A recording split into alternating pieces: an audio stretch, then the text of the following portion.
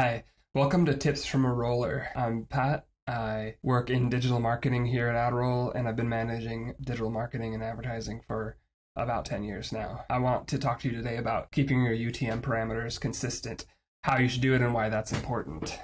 So the point, again, of UTM parameters is optimization of your ad spend. You can use UTM parameters to track performance on your website and in your CRM and return on ad spend by channel, campaign, and ad creative. To do this successfully, the values you put in the UTM parameters need to make sense to you, and they need to facilitate easy filtering and reporting later on when you're looking at a lot of data. The first thing you should do is avoid special characters. They're bad news for the visitor's browser. So don't use special characters or spaces in your URL query. Special characters will be encoded by HTML into like a percent number letter or something like that. So for example, if you have a left bracket in your URL query, when someone clicks the link, the browser will encode that as %7b instead of a bracket.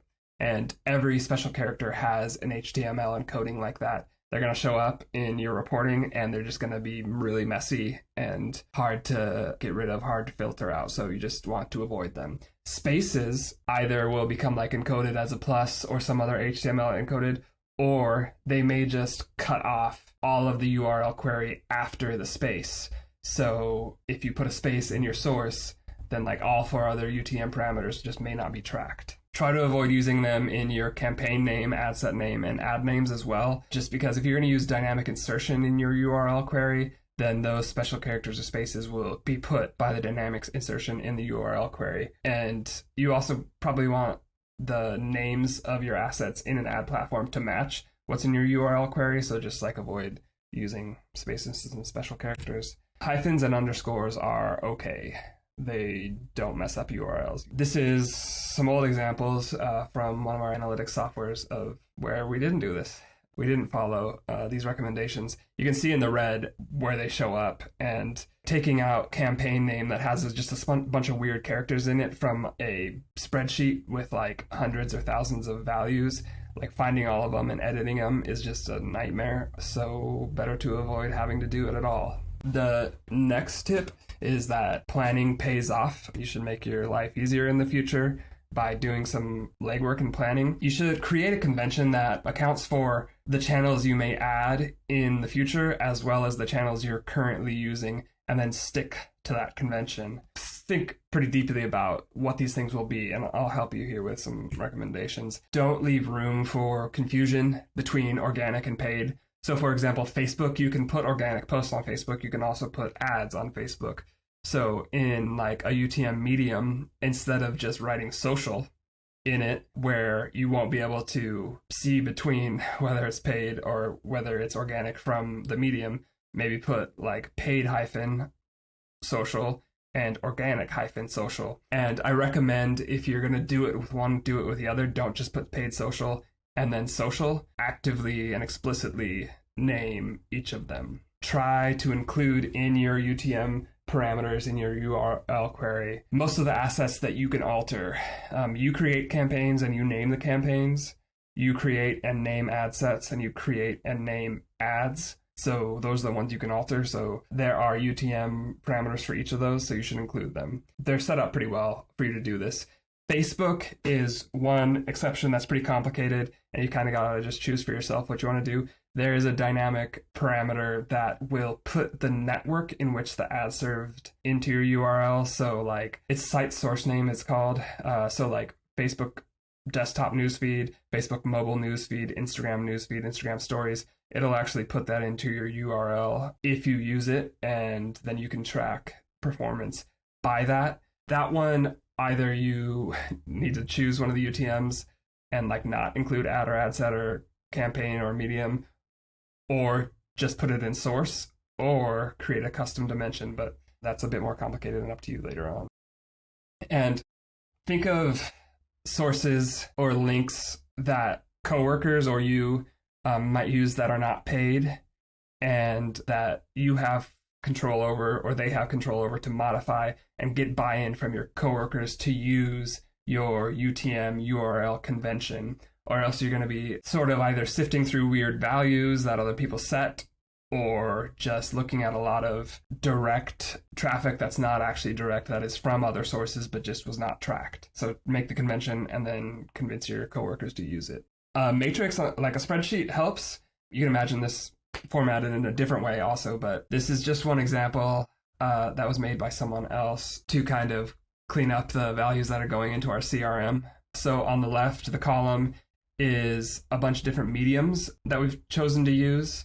And then beyond the first column are values of sources that might correspond to each of those mediums. So there's a lot of empty cells. You can imagine that I use more and we can add more into this, but this is just kind of an example to demonstrate what might be helpful to you to track what you're using. So you can just go to it each time you like create new ads or a new campaign. You can see that some of these we haven't followed the advice that I'm giving, and that kind of demonstrates how hard it is to change once you've set on something.